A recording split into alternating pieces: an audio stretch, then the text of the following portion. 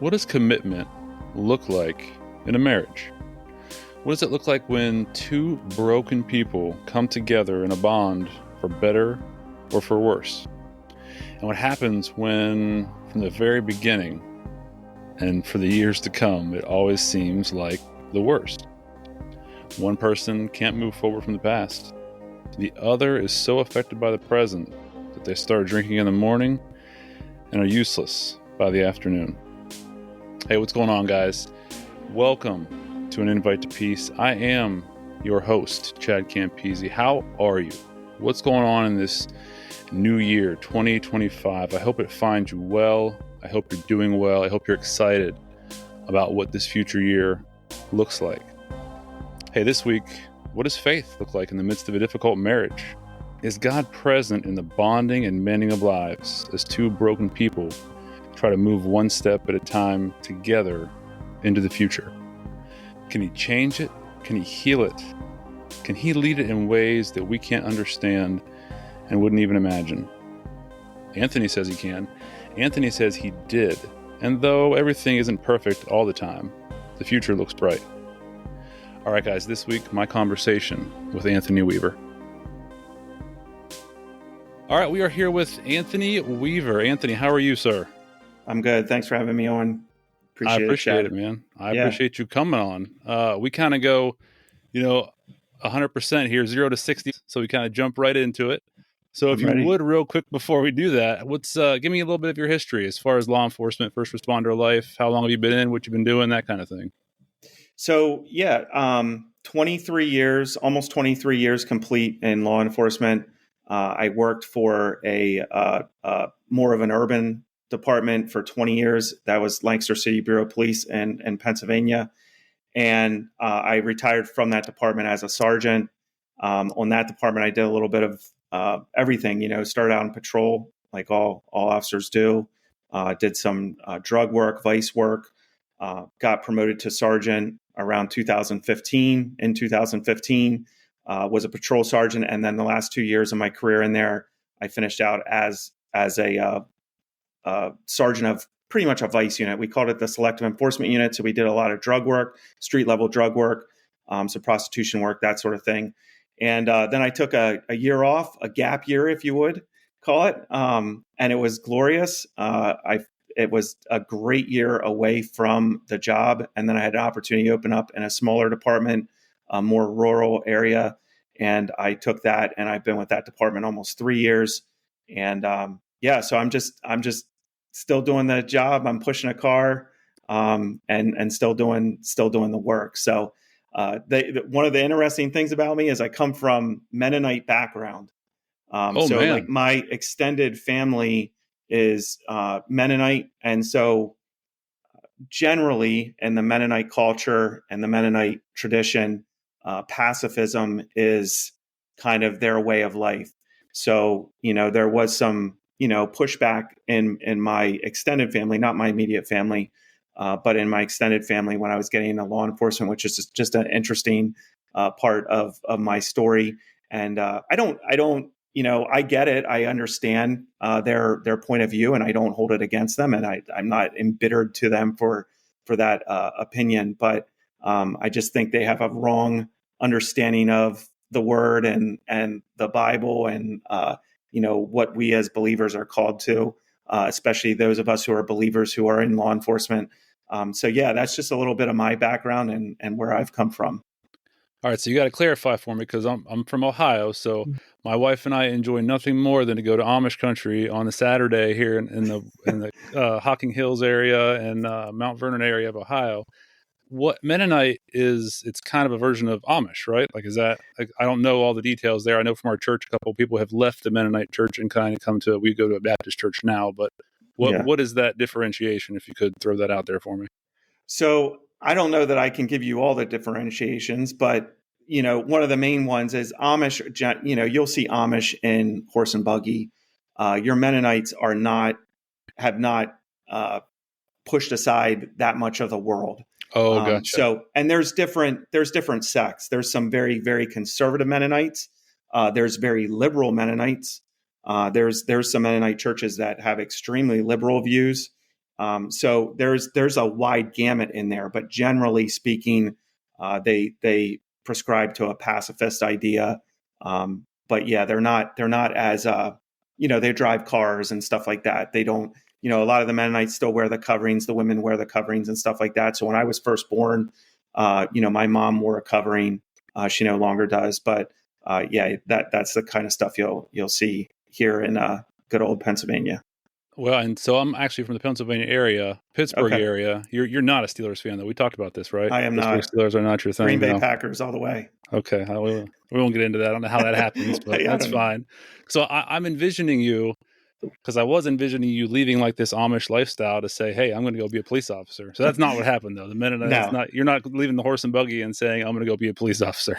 no, but when I as a child and growing up, we were part of a Mennonite church, and then we even like my family left the Mennonite church. We went to a Nazarene church. We went to non-denominational churches. So there was just a wide gamut of churches we went to after we left the Mennonite church. So yeah, I do not consider myself Mennonite. I'm not Mennonite. I don't follow their traditions and Gotcha. their path, but it's just an interesting part of my background of kind of my roots and where I came from. So Gotcha. So how do we go from there then? How do you jump into law enforcement? I was just always really attracted to the idea of honor and duty, and sacrifice and serving other people. Growing up watching, I was really drawn to military movies. I was really drawn to the show Cops. Um, uh, so those things, like always, I was always really attracted to those things. I also didn't want a job where I was sent behind a desk. I wanted to do something, different every day. I kind of was chasing a little bit of that adrenaline, I think. And that's really what drew me to law enforcement to get in. I got in real young. I was, it's 22, I guess, when I got hired. Had no idea what I was getting into, but loved it from the moment I got into it and was super motivated, super competitive.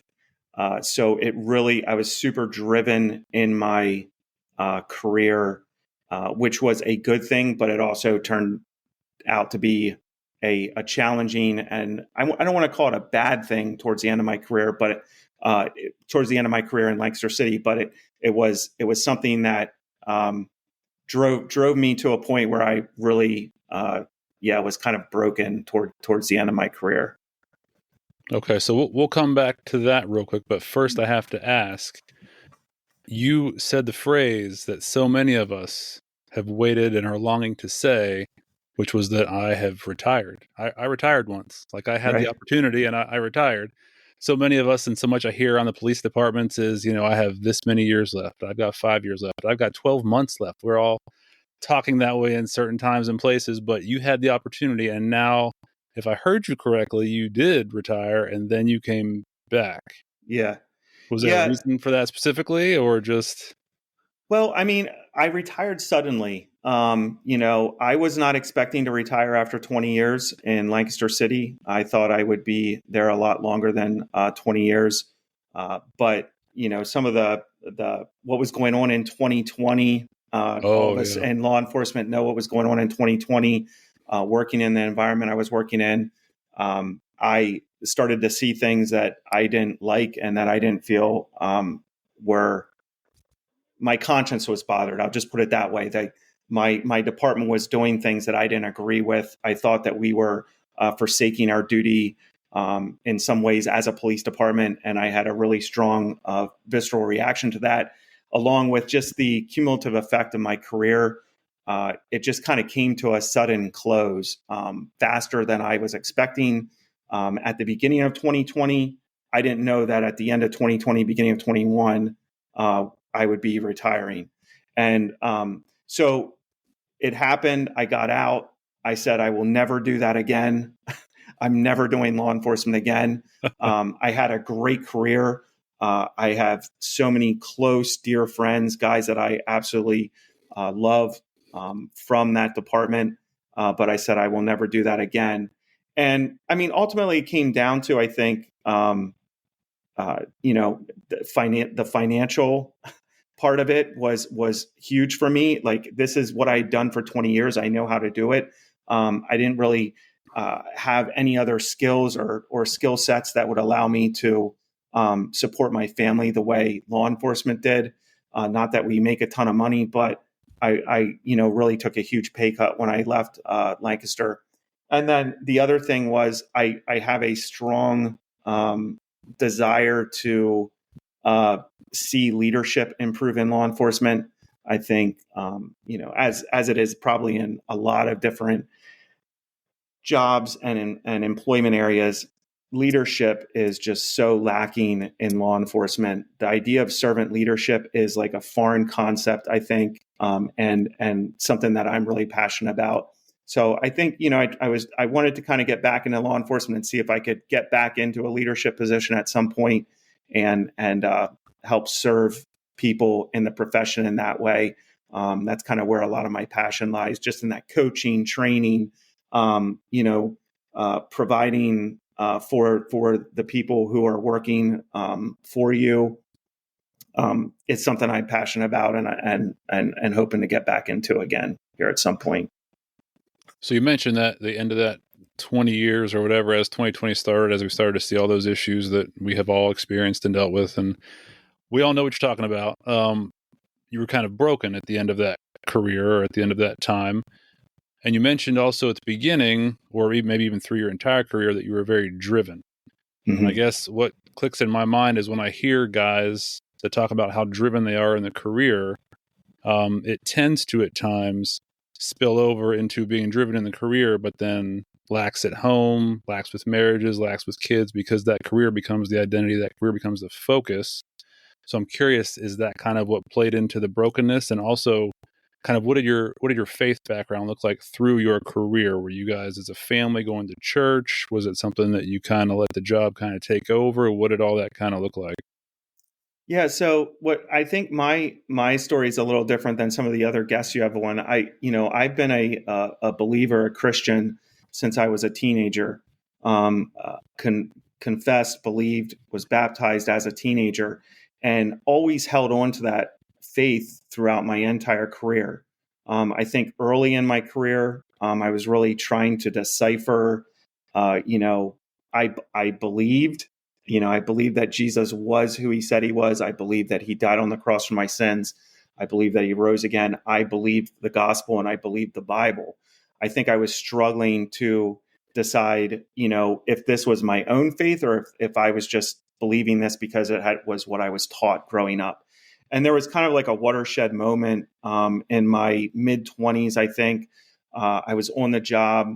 I felt like I should probably go back to school, even though I had zero desire to go back to college. I mean, zero.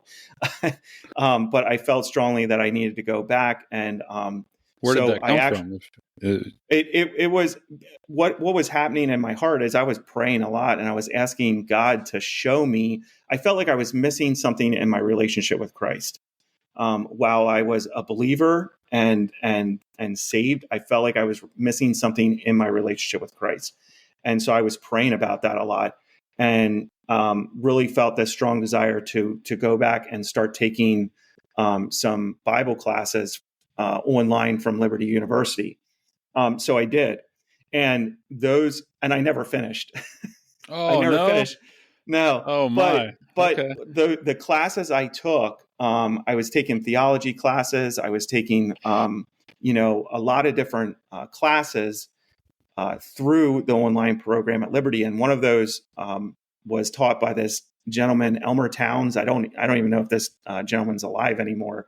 But he was teaching, through the Old Testament and the New Testament. And my world got rocked because I realized what I was missing in my relationship with Christ was my depravity. What I was comparing myself to guys I was working with. I was comparing myself to suspects I was arresting. And I was a good guy, I had high morals.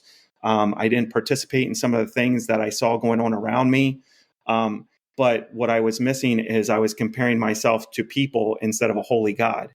And when when that happened, like when I did that, when I was faced with my depravity and my need for a savior, man, like that just clicked in my head and completely just gave me a love for Christ and the gospel like I never had before. And that was a huge watershed moment in my career. But, as is the Christian life and as we are as people, we're sinners saved by grace. Those of us who confess and believe we're sinners saved by grace. And so even though that was like a watershed moment in my career, my drive and my desire to perform and be the best and be recognized, not for the glory of God, but for my own glory, really took a toll on me personally, and then in within my marriage. So, like the first 10 years of my career, I wasn't married.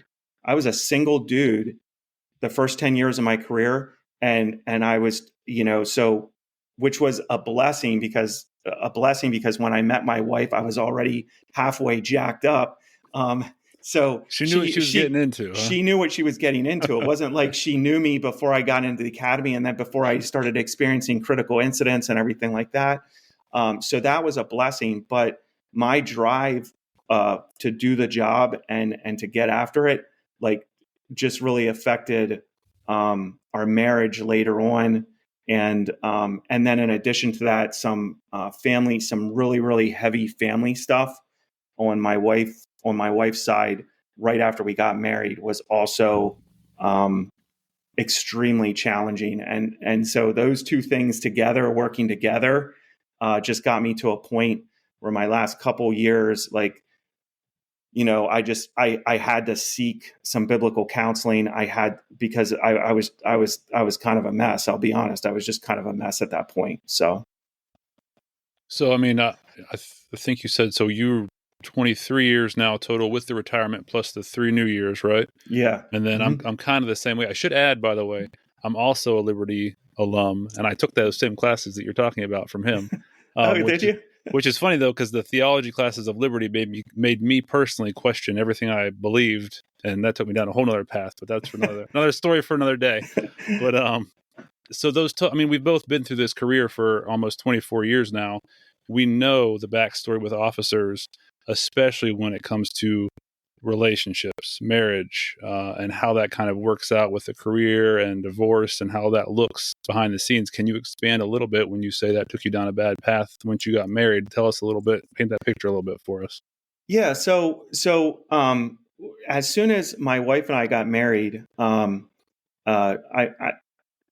I want to be sensitive because this is her story, but basically she had grown up in a home where a family member had greatly sinned against her. I'll put it that way. And so our first 5 years of marriage were very difficult.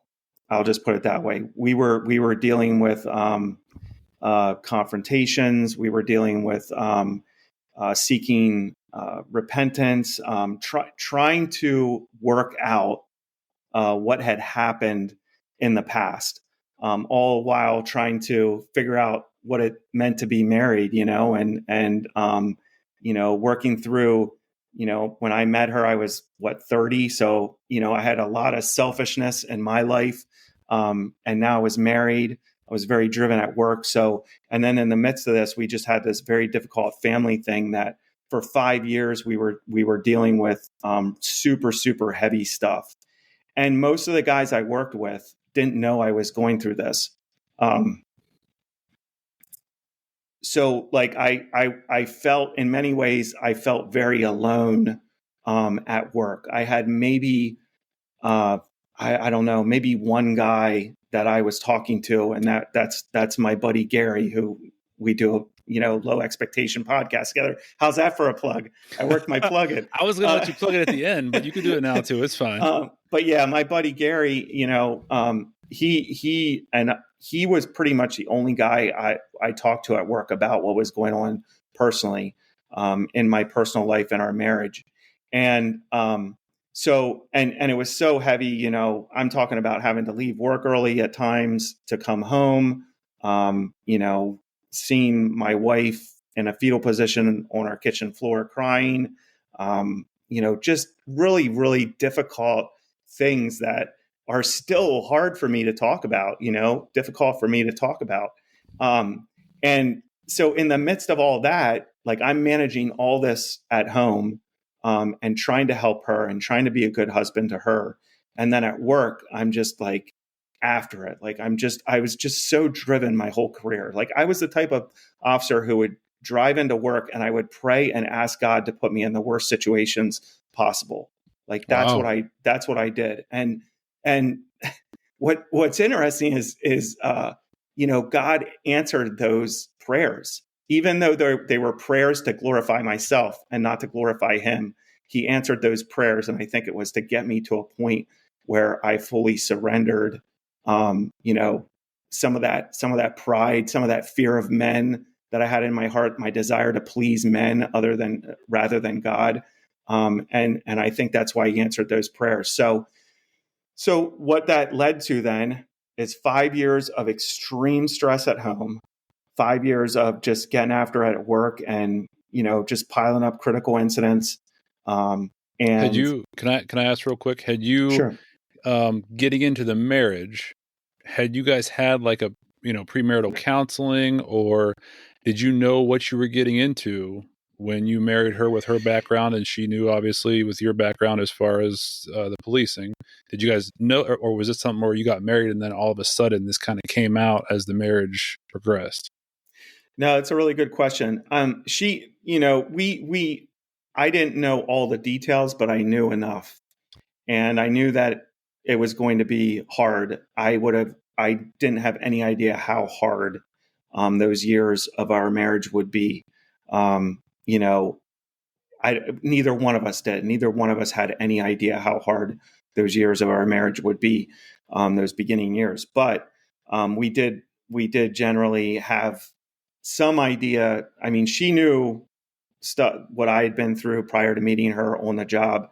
I knew partially what she had been through. We did have premarital counseling. We probably should have had a whole lot more, but you know, God was faithful through those years. But what ended up happening then is through those 5 years, we got to a point basically where, you know, we just had to cut off contact with some family members and some people. And that was, you know, it's kind of like a resolution, not a resolution, but a resolution. We just got to a point where we had to, end some relationships because repentance, reconciliation was not happening. And that was a huge breath of fresh air into our marriage. You know, we could just kind of like, rest. And to my shame, like I completely checked out of the marriage then. So because I was so exhausted, You checked out just as it was getting better? yeah, I was Oh, wow. I was so exhausted, and I was so glad that we were done doing that push, that 5 years of just pushing and trying and working, that I just checked out. I wasn't cheating on her. I wasn't doing anything like that. I just wasn't available emotionally, spiritually, physically, mentally. I was all in at work, and I was drinking a lot. You know, my days off, you know, generally, you know, like 10, 11 o'clock in the morning, I'd start drinking and I just drink the whole way through the day. So Oh, I'd pretty wow. much be like, you know, just useless by the time we had dinner, and, you know, useless in the evening then. So, you know, that's kind of what happened then, after those first 5 years. So then we had like this year and a half, 2 years, whatever it was after that, where I just wasn't doing well. Now, was that I wasn't being a good husband.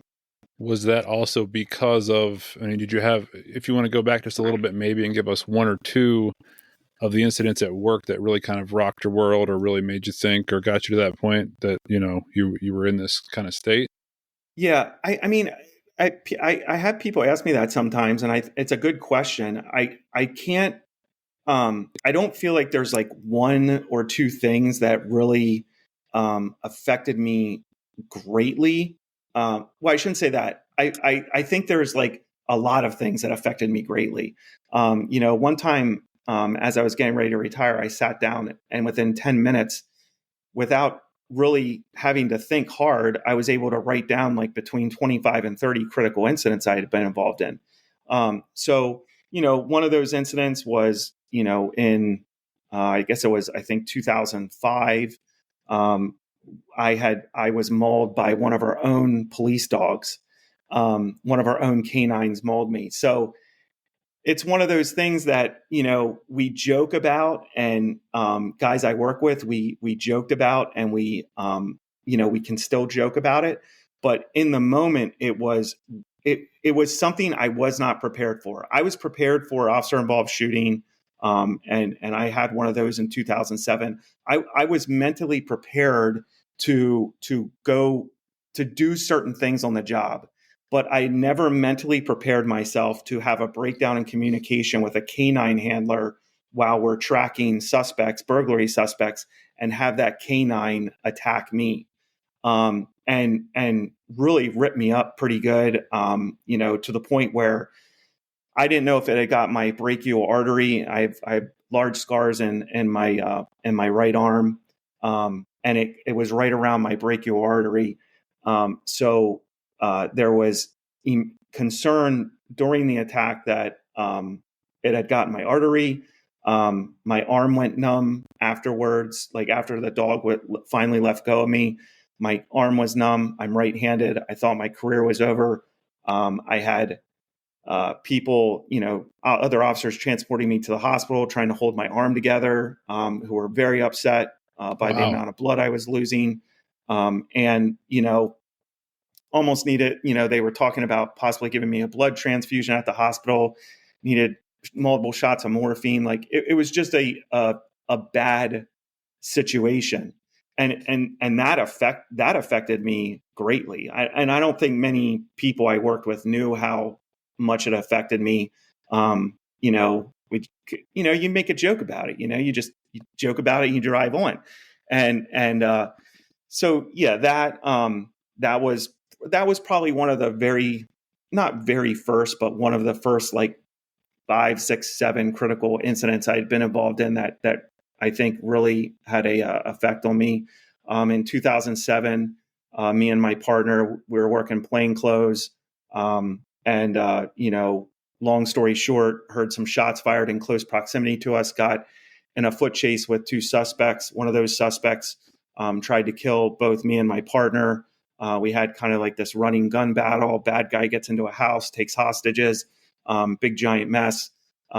So that too happened. Those things that happened before I ever even got married, Right. And my wife, Lauren, knew about all that.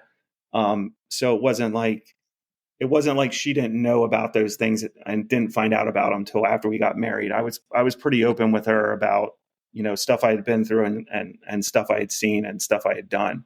And then after we got married, going through all her stuff, we had a family friend who was murdered in my jurisdiction. I was involved in.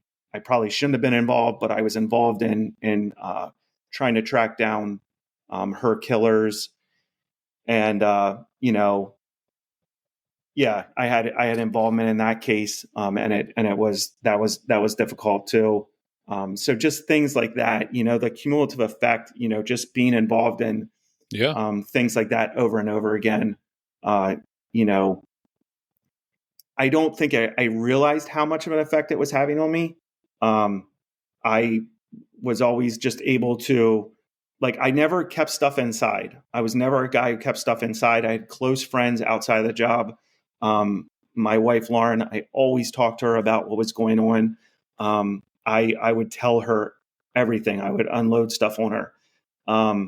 So I never like just pushed it down, but I think the emotion from it I think like all the emotion from it, I pushed that down. I didn't allow myself to really emote or get that stuff out of me. I would talk about it and maybe have a little of emotion.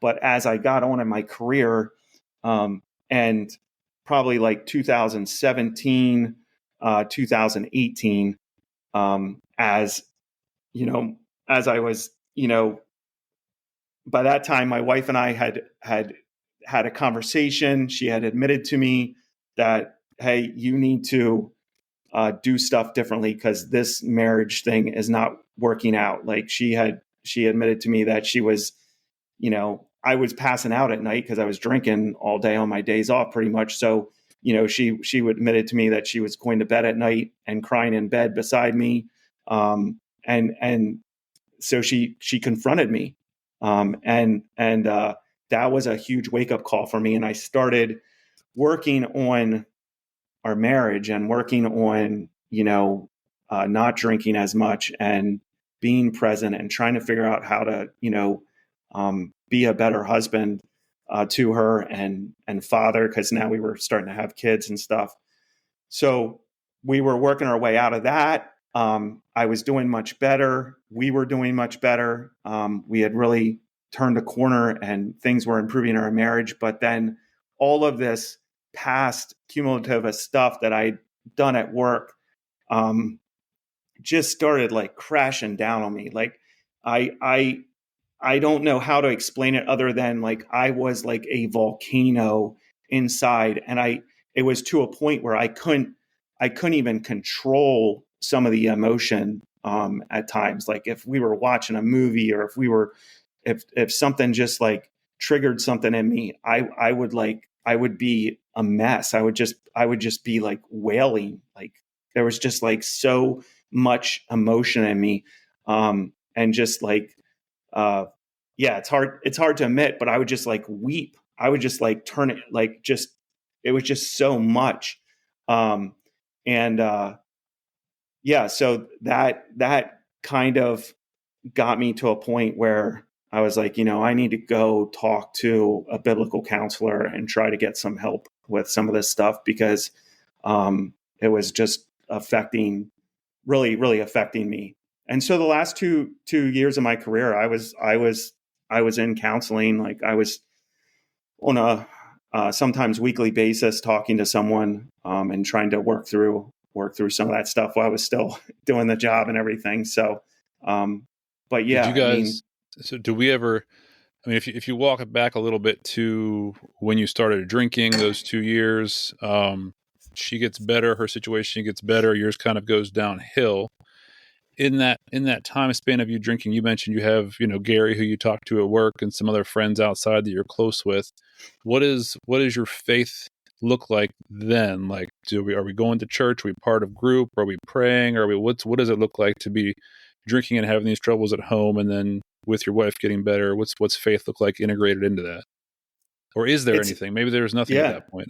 No, it's there. Like I was, I loved the Lord. I was dedicated to the church. I was going to church. I was talking to people. I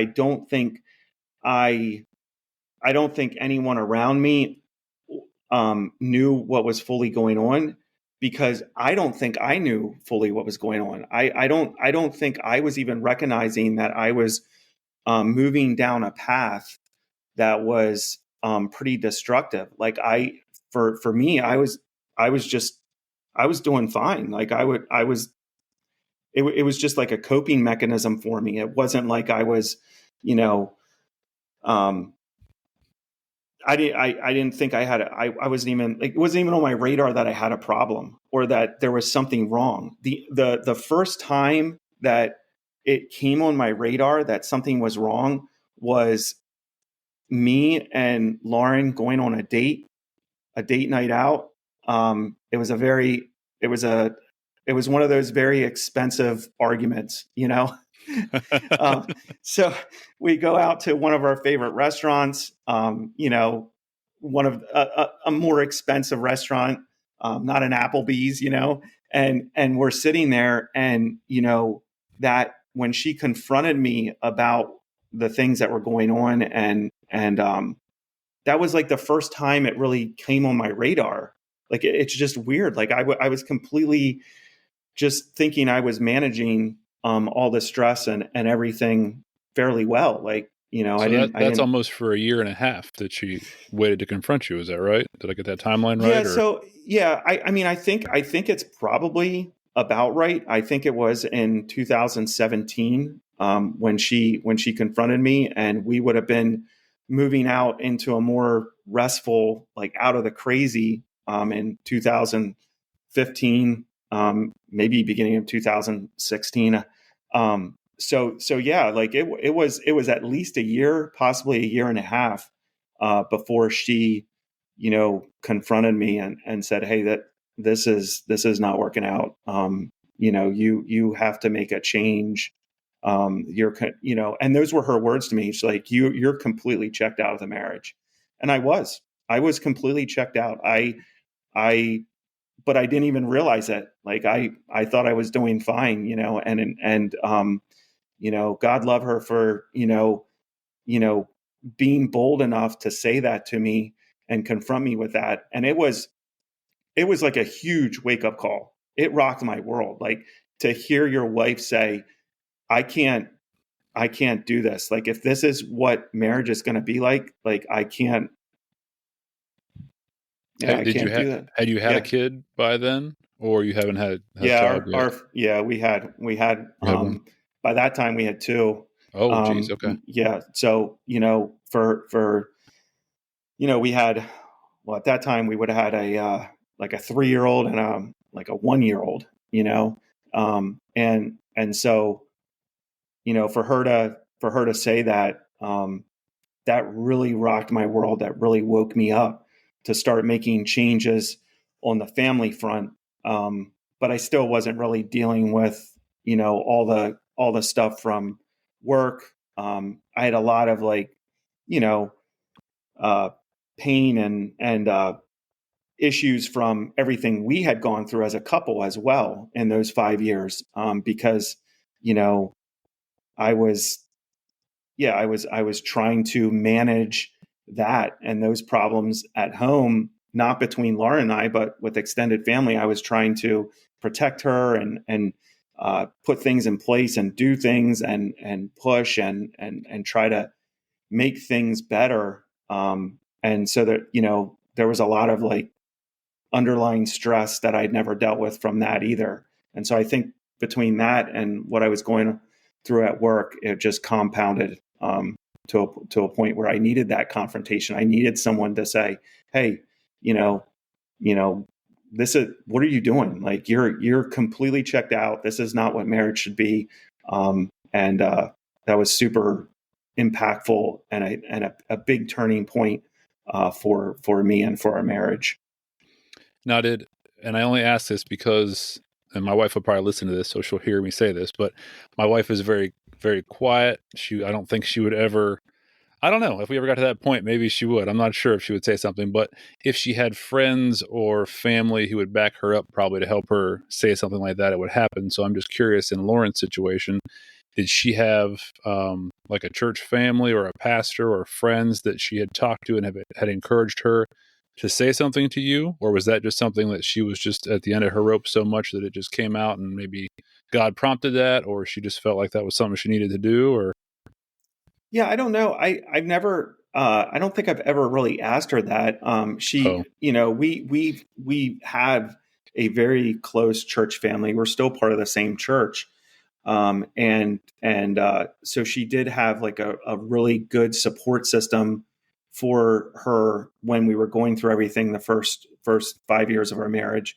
But I think for, you know, that's something I don't think there was a specific person that was standing behind her that she was talking to, you know, and asking for advice on that thing. I think a lot of it was just the Holy Spirit just really prompting her to try to save the marriage, which I thought was fine, you know. And again, like I thought everything was going fine, But it was not. And I think the Holy Spirit just really prompted her to talk to me and just, you know, confront me on those things. She's a very strong person, way stronger than me. um, and she's had to, you know, put up with a lot in her life. And it's a miracle of God's faithfulness and grace and mercy in her life, for her to be where she's at. And yeah, I couldn't. I married up, and she's just an awesome woman of God, and that's one of the reasons why, because she was willing to challenge me in a respectful way and just say, hey, you know, hey buddy, you better get your act together, or Yeah. this ain't gonna end well. Right. You know. And she didn't. And to be clear, she wasn't threatening divorce in that conversation. She was just at the end of her rope, and she was like, I can't live like this. Like, you need to do something different. We can't keep going on like this. Because that's one thing we decided very early on in our marriage. We would never use the D word. We would never talk about divorce. We would never, use it as a threat in an argument or anything like that. So it wasn't a threat of divorce. It was just an appeal, a begging me to change, which was what was needed. Okay. So we'll go back to 2017 then. You're kind of in that ending of that. You realized you needed to change. You said you stepped into some biblical counseling. Mm-hmm. But clearly by 2020, obviously, you were still going through some issues. So what does that 3-year span then look like? Well, from I think it was like around 2018 when I started like seeking counseling. And so 2018, 2020, I was improving, just mentally, where I was at mentally, again, through this whole time, like, I never walked away from my faith. I never, I don't even want to say I walked away from my faith. I never put my faith on the back burner. My faith was always super important to me. And I've told guys that I work with, that like, if I didn't have my faith, if I wasn't, if God wasn't holding me through my career, I don't know where I'd be. These things that, I went through, these things that Lauren and I went through, like, I didn't come out of these things because of me. I came out of these because of him, and, you know, he saved me. And then, you have that ongoing sanctification process. And my sanctification process, you know, as many people's is, it's messy, but my faith in Christ, my belief in him, my dedication to him, like, never wavered. I never thought about, stepping away from God, stepping away from the church, stepping away from my relationship with Christ. That never crossed my mind. But those things helped me through those times. Things got better. Those last 2 years of my career personally, I think the final, straw for me was just some of the things that were going on, politically in our department, and things that I thought we were doing that violated our mandate as police officers, that being to that Romans 13 mandate to praise those who are doing the right thing and to bring wrath down on those who are doing the wrong thing. And our department, like so many other departments across the country, were being asked to stand down and not stand in the gap for law-abiding citizens and to allow lawbreakers to do whatever they wanted. And that was kind of the story of what was happening initially in our jurisdiction, where I was at the time. And I was like, I can't do this as a cop. I can no longer I don't feel like I can work at this agency as a cop any longer or as a Christian. It was violating my conscience as a Christian as well. And so I think that was, you know, I think I had all this cumulative effect of stuff leading up to that point. And then that was kind of like the last straw where I was like, you know what, I think it's time for me to step away from this department, possibly from law enforcement completely.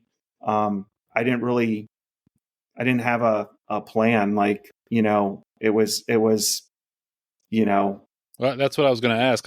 So in Ohio, it's 25. Most departments in most states are 25. Though I know there are a few 20 and outs for full pension. Is Pennsylvania a 20 and out, or did you leave at 20 because you had to leave at 20? Was it, you know what I mean? No, I was fully vested at 20. Okay, gotcha. The way our department worked, I can't collect until what would have been my 25th year, but I was fully vested at 20. If you stay that 20 to 25, you get service increments, you kind of boost your pension a little bit. So I was losing something leaving, but I wasn't losing my pension. I was losing a little bit more money in my pension.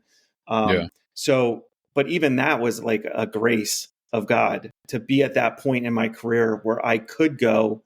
I was fully vested and I could go and not lose my pension. But you know, initially that first year, you know, I took like a 65% pay cut to go do something else. And it was just basically a step of faith because I just really believed the Lord was calling me out of that agency. I have no hard feelings against that agency. I speak my mind about things that were going on there in Lancaster, but I have so many good memories, and I would never go back and say I wish I would have never done my career in law enforcement there. I'm so glad I did. I'm so glad I landed there. Had I not landed there, I was thinking about going to Baltimore City, Baltimore County, and I do not think that would have been good for me because Baltimore, Maryland. Yeah. Oh boy. Yeah. So like that's where I was going to go if I didn't get hired by Lancaster, and that would have, I think, separated me from my church family, friends, and kind of I think I would have been a lot more isolated, and I think maybe I would have had even more difficult problems. Had that happen. So very thankful for my career in Lancaster City. Just had some very strong differing opinions at the end of my career. And I think the cumulative effect of everything I'd been through in my career, what Lauren and I had been through, just kind of got me to a point where I was ready to say, you know what, God, I'm ready to hang this up and move on and see what else is out there for me. So, and this might not have as good of a reaction as I think it's going to have, but I'm just curious. Put me in that room, if you can remember, for all the wives out there, the day that you decide this and tell Lauren, hey, we've got 2 young kids, but look, I think I know I don't have a parachute. I got nothing else in the works here. I don't have a plan. I just think God's telling me to hang this up. I think I'm going to do that. Is that okay with you? Well, how does that go? Well, it was an ongoing conversation. I'll say that. Okay. I think as 2020 progressed, and we saw some of the stuff coming out, like Lauren was really upset by just the things that were being said about law enforcement, the way law enforcement was being treated. The things pastors were saying about law enforcement, we were like, it was like extremely hurtful, I think, for a lot of guys in law enforcement. So she was really, upset about those things. And up until that point, I had a joke. I would be like, she would ask me about my day, and I was like, oh, it's a 20 and out day. I'm out of 20 years, or it's a 25 and out day. I'll wait till I'm 25 years in, or it's a lifer day. I'll be there till I'm 60 and I have to retire. And early in my career, I did. I thought I would be working in law enforcement till I'm 60. I was like, absolutely. I'll still be on the street chasing bad guys when I'm 60. Like in my mind, that's what I was going to be doing. So, as 2020 progressed, and as I was in counseling and as I was working through things, I was just having conversations with her that were basically like, babe, I don't think I can do this any longer. I don't think I have it in me. Um, I was just so spent. I was just like so worn out by it, and so tired of like nonstop confrontation. So tired of, uh, yeah, I was just so tired, and I was just telling her like I don't know that I can keep doing this. Um, so that basically led to a conversation where we were like, let's just stop talking about this for a month and just pray about it separately. And then we'll come back together and discuss it. I think that was around August of 2020, August, September of 2020. And so that lasted a couple weeks, where she was praying about it. I was praying about it. We were just really trying to determine if I was going to leave and what that was going to look like, because it was going to be a huge step of faith. I didn't really have anything to step into that could replace my salary. Everything I wanted to step into was either, something that I was going to have to, work up a client base and to get back up to my salary, or just, have to dip a little bit into some other retirement that we had to be able to survive. We really didn't know what it was going to look like financially. I mean, we were having discussions about selling the house and downsizing. We were having like Was everything was on Lauren the. working at all, or did she work at all? Or she stayed at home, or She was working very part time, and generally she's been stay at home, but she's worked very part time. But yeah, so there was like, is she going to go work full time? Everything was on the table, and so all that came to a head one day where, I think it was in August or September. I was outside washing one of our vehicles. She came out to talk to me, and I just broke down in the driveway and I said, I can't do it. I'm done. Like I I just, I know we said we're going to pray about this for a month. I know we're only 2 weeks into that. I just like I have to hang it up. And I think part of it was kind of like a grieving process for me, because again, because of my personality, how driven I am, who I was as a police officer, the reputation I had, for me to say I can't do this anymore was really pride crushing. To admit that I just didn't have any more left in the tank to give to the agency, and yeah, so that was, that was, I think, one of the most difficult things about it. But yeah, that was the decision then in like August, September. So we, made the decision that end of 2020 was going to be my retirement. So, so how did I'm curious how that happens? Like you're out in the driveway washing the car. You've been praying about it. Is there something where God just hit your heart at a certain point and you just break down the driveway? Is it what makes you at that moment say, like, did you have to work the next day? What was the what was the thing? I don't even remember. I don't even remember. I don't know what it was about that moment, or I don't remember if I had the radio on and there was a certain song on. I don't really remember what it was about that moment. It was just I think it was just me uh, fully admitting to Lauren that uh, I couldn't do it any longer. I think maybe that's what it was. It was just I had to let her know fully, that I couldn't do it any longer. And again, I'm still in counseling, so I'm still working through things. I'm still, processing through things. Um, and I think that was playing into it. Like, there was a lot of stuff, I think, coming up to the surface. And yeah, I think I was just, yeah, really, really exhausted. And I mean, looking back, I think it was a grace of God. Like I look back, it's so interesting to me to look back and think about those things I prayed about and how I prayed to be put in the worst situations, to promote for me. It was for me. It wasn't for God.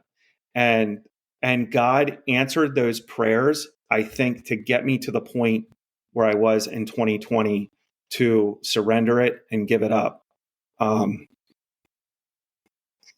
Yeah, it was like God was just working on my heart. God was saying, you like you prayed this and you did your career in a certain way.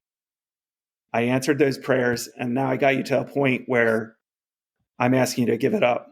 It's time to go. Yeah. Yep. So I'm curious, before we move on to the next little portion there with the next couple of years, you mentioned God a lot, and you mentioned talking to Gary, and you had some other friends. Just something I like to throw out here to some guests when I talk to them, as far as your department that you were working for, was there I don't know, culture, if culture is the right word, but were there a good amount of guys in your department that you knew were faith driven, that you could talk to, hang out with, be around, that you guys discussed maybe the deeper things? You would talk about God, you would pray, you would just kind of expand on any of that during the workday or at all? Or is that something that was kind of less talked about, not really discussed? You kind of shied away from getting into that kind of stuff. How did that look in your department?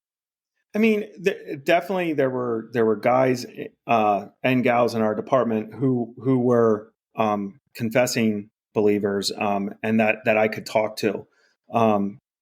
Gary was the closest one, that I was to, that I could talk about. But there were other guys on the department. But what was interesting in 2020 is I was having such a visceral reaction to the political atmosphere and the politics of the job and what we were being asked to do. And that reaction was so much stronger than a lot of the other people I worked with who were believers. And that's fine. Like, that's nothing against them. I was having such a strong reaction. And some of them were, trying to calm me down. And I was like, no, what we're doing here is wrong. We're literally doing the exact opposite of what the word calls us to do. And I can't stand it. Like it drove, like it affected me. It affected me spiritually. It was like a spiritual effect on me, because I felt like I was completely walking away from the oath I had taken, and also my mission as a Christian police officer. And so, like, my reaction to it was just so much stronger than a lot of the people around me. And I don't hold that against them at all. Like, I think that's just part of my personality. Again, like, very justice oriented, very, very, very driven, very like, we have to do what's right in these situations, even if it's the hard thing, even if it's going to hurt. Like, we have to do the right thing. And again, that's God.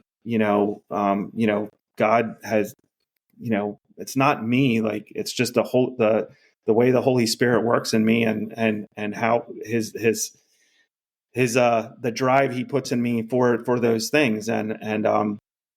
So yeah, there were conversations, and quite frankly, a lot of people, I think, thought I was losing my mind. Like, I think, I had friends of mine, close friends, who were like, hey, try and talk to high level brass and tell them, like, you guys need to give Weaver a mental health break. Like, guy needs a week off work. Like, he's pegged. And I was pegged. And I was very upset, but I didn't feel like it wasn't unfounded. It was just that I was having a different reaction than a lot of the people around me. And again, like, I do think that some of that reaction was also, being exasperated by, stuff I was going through in counseling, things I was talking about, things I was dealing with, my entire career just kind of catching up to me. Yeah, and I've heard people talk about, I'm not a bit like, I talked to some of my siblings, and they're like, "Well, Anthony, you have PTSD." I'm like, "Okay." PTSD I gets thrown around like it, for everything these days, and maybe I do. I've never been diagnosed, um, but one thing I have heard about, reading about PTSD and things of that nature is that, basically our brains and our psyches, our souls are basically like a pond. And if you keep throwing rocks in that pond, eventually those banks are going to overflow. The more rocks you throw in there, and I think that's a super helpful way for me to think about it. Like, there were a lot of things, thrown into my pond, and not near as much as some other guys that have been on the job, guys in the military, guys that work in very large urban city departments. I can't imagine what those guys are dealing with. But, you keep throwing that stuff in year after year after year. Eventually those banks are going to overflow. And I think towards the end of my career, those banks were overflowing.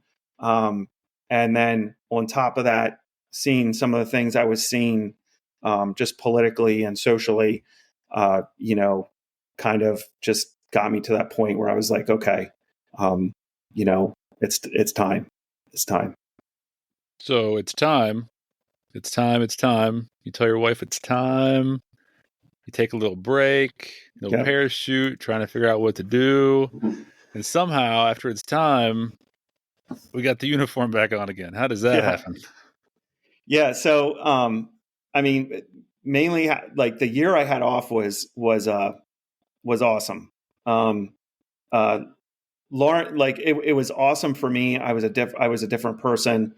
I cannot even express to you the level of stress and the weight that lifted off of me when I retired. It was like euphoric.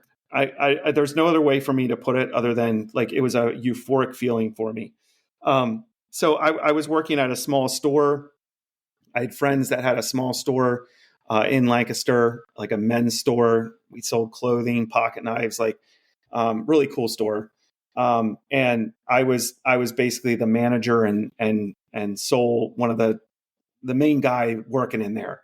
And that's what I was doing. And so I get about a half year into that. I'm like interacting with retail theft suspects. Like I'm like shutting down people trying to steal from me. I'm chasing drug dealers off my corner. Like I still got this like, drive, I still have this like, I still could do it. Like I still enjoyed doing it. I had a retail theft suspect that, she stole from me. I ID'd her, I knew who she was through video. I'm watching video. I'm getting everything together for police department.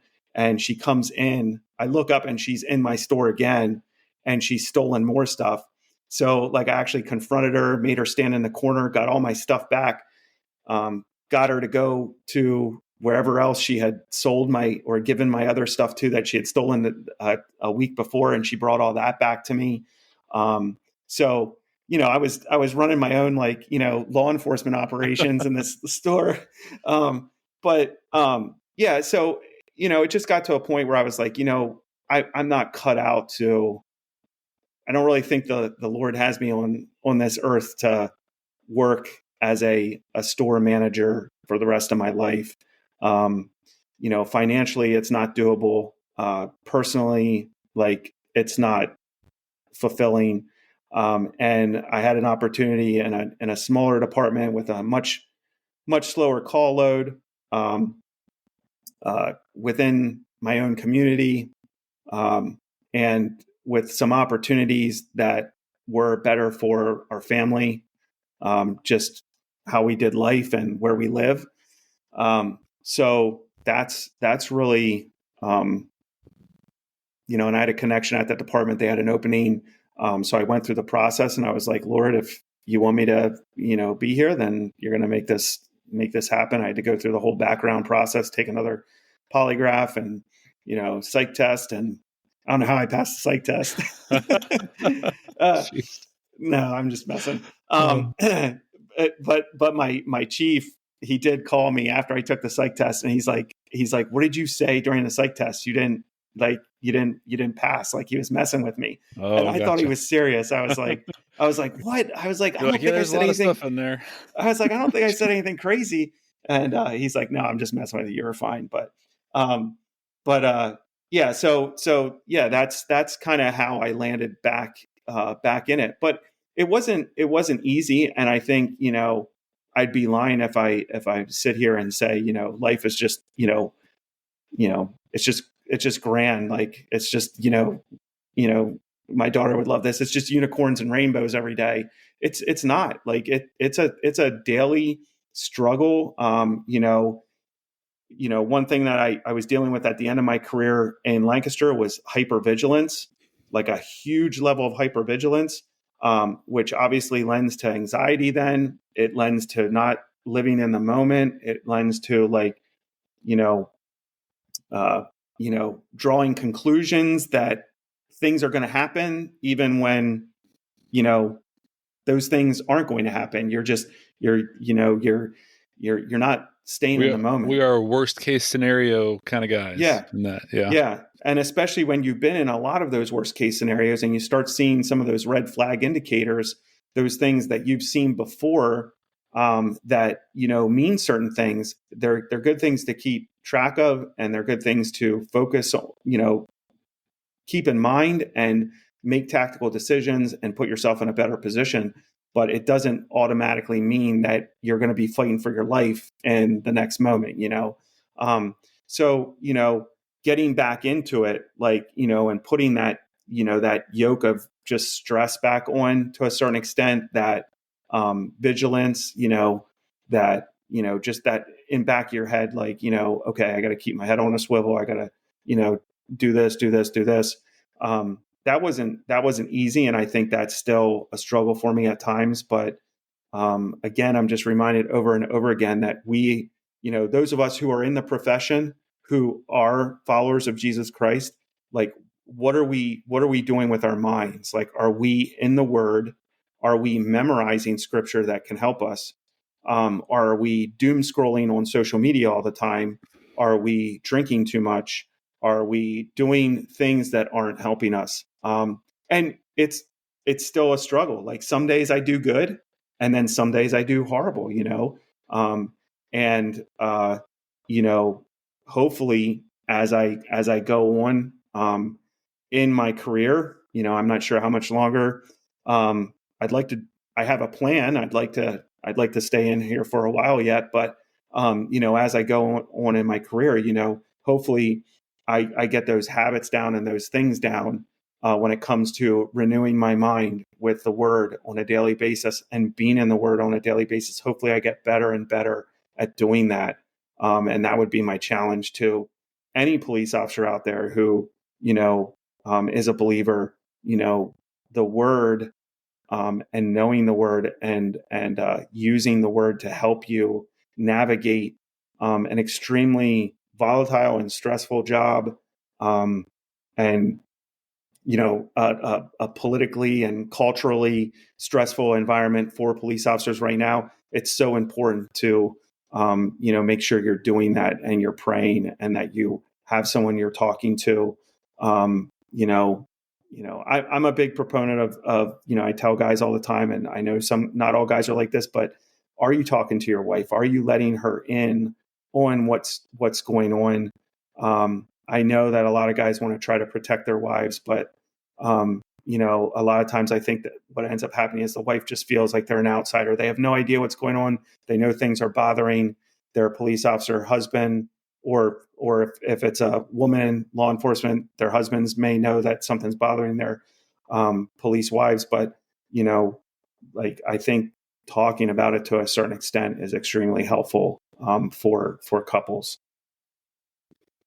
I was going to ask, you probably don't want to admit this on a podcast, but I was, what did you and Lauren have going back into it? Were you like, all right, 5 and out, or 10 and out, or I'm just going to see what happens, and we're going to go as hard as we can and as much as we can, and then hopefully, based on how that goes, then we'll get out? Or how, what Yeah. did that? I'm curious what that looked like when you came. did she know that you were looking about like getting back into it, and you just came to her one day and was like, "Hey, by the way, I think I'm going to jump back in"? No, she knew we were talking about it some. If I would ever do it again. Um, when I was retiring from Lancaster, the department I'm now hired with, I had actually gone to that chief to see if he had any openings, and told him, listen, if I ever do this job again, this is the only department I'm going to go to. I will not go anywhere else. So, when that door opened, and in Pennsylvania, the way our certifications work, your certification is good for 2 years. Once you're stagnant and out for 2 years, you have to go through a retest and everything. So for this department, which was smaller, to have an opening was a grace of God.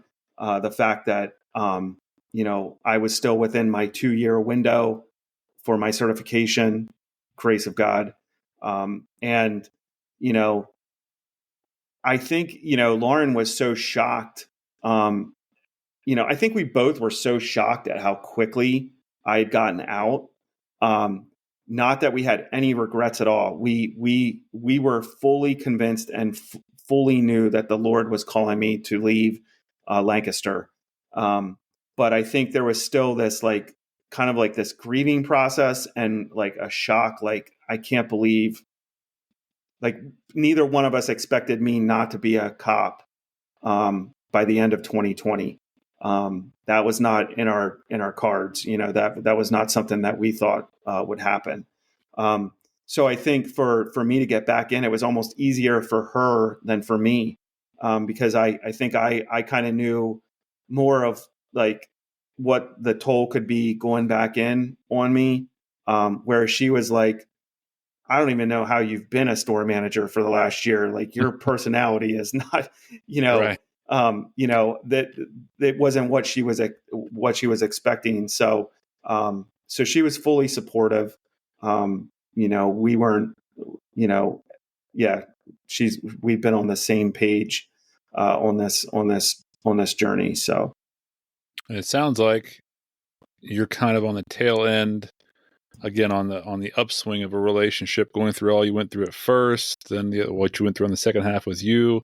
Now you're kind of in that sweet spot where you've kind of learned to manage it a little bit. And correct me if I'm wrong, it seems to be getting probably where you expected this marriage thing to go when you first got married. yeah, and I think, yeah, we really are. I think one cool thing about a healthy marriage, like, I would hear people older than me talk about, every year, people who are, dedicated to their marriages, who are, uh, dedicated to their God, talk to me about, every year with their wife or every year with their husband gets better and better and better. And I never really understood that. Like, I was like, okay. I mean, yeah, maybe, like, it was just odd to me. Like, that's possible. Like, that can happen. And it can happen. I would be a living testimony to that. Like, I would say, like, our first 7 years were our hardest years. And now we're coming up on year 15 next year. And it's gotten better and better and better. And, we're just, yeah, we've been able to, take part in helping to facilitate discussion at a marriage class at our church, and just share our story and speak to other couples who are going through difficult things, and encourage them and exhort them that it can get better. If your vertical relationship with Christ is something that you're working on and you're concentrating on, your horizontal relationship with your spouse will improve through that. And so it's not just a man-made thing where you're just trying hard to work on it as people in a marriage. You have to be dedicated to God, and serving Him and glorifying Him with your life, And if you are, then that will stretch out into your horizontal relationships with other people, but specifically with your spouse as well. Well, and I was going to ask you if you had any ending advice for those who had the marriage issues or had experienced what you've experienced, but it sounds like you just kind of gave that to us, so I appreciate it. Yeah. Do you want, and you've already plugged the podcast, I think in the middle of this podcast somewhere, if I remember correctly. So yeah. Is there anything else? Yes. If people want to get in touch with you, if a couple or a wife or a husband is kind of relating to what you're saying and wants to reach out, maybe has that same situation and get advice, or kind of want to pick your brain, is there a place to do that, a place to get a hold of you, a place to listen to you, that kind of thing? Yeah. So we were talking about this before the podcast. It's a little confusing. I had a podcast called Diakonos, A Cop's Calling, and now I have another podcast with Gary Lowe called Low Expectations. The best place you can see what those podcasts are about and see, what I'm about and reach out to me is on our website at diakonosacc.com. That's www.diakonosacc.com, diakonosacc.com. And on there, you can learn about both podcasts that we have, and we're Diakonos is still up. Diakonos Cop's Calling podcast is still up. You can listen to those episodes wherever you get your podcasts. Low Expectations is a podcast that we're currently creating new content on, current events. We've been talking election stuff lately, law enforcement stuff. We break down law enforcement stuff.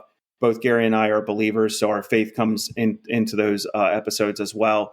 And we've also known each other a long time. Gary was in my wedding, so we also bicker and banter on those podcasts. So if you enjoy two guys that sound like they don't like each other, we actually do love each other, but we have some banter going on those podcasts. So check us out wherever you listen. And if you could, because I had to look it up, and probably most cops or first responders are like me, when you say diakonos, you want to explain that a little bit so they have some idea of why it's called that? Yeah. So diakonos is Greek. It comes out of that passage in Romans 13 it's servant, it's minister. And so in that passage in Romans 13, it talks about government being established by God as ministers to the people, to praise and lift up those who are doing the right thing, and to Romans 13 actually said, bring wrath down on those who are doing the wrong thing. So they're ministers. It's servant ministers, and so that's where that comes from. If you can't remember that name and you can't remember Low Expectations, just look me up wherever you get podcasts. Anthony Weaver, type my name in, and that stuff will come up as well. So cool. All right, Anthony. Well, we certainly appreciate you coming on and being very open and authentic and honest tonight. We appreciate it. A lot of first responders are in need of that sometimes. Sometimes right. Like I said, we celebrate each other's accomplishments, but we really relate to each other's struggles. So it's good to be able to do that in an open way and connect like that sometimes. We appreciate it, man. Chad. Thank you. I appreciate it. Great night. Yep. See ya. So, guys, hopefully you've seen by now, overall these episodes that we've done and the ones we will continue to do, hopefully you've seen what life looks like behind the scenes, and that it's nothing like what our surface selves look like on a Sunday morning or when we're at work, when we're good, great, fine. There's no need to hide or feel shame in whatever it is you're dealing with or whatever it is you're going through. We've all been there, maybe at different ways and in different times, but we've all been there. Even if we like to make it look like, yes, we are good, great, and fine all the time. Hey, a shout out and a thanks to Anthony for coming on, being open, honest, and pretty transparent about his journey in faith and life behind the scenes. And if that helped you in any way, guys, would you send it to one person maybe today you're thinking of that maybe they need a little encouragement, maybe they need a little help?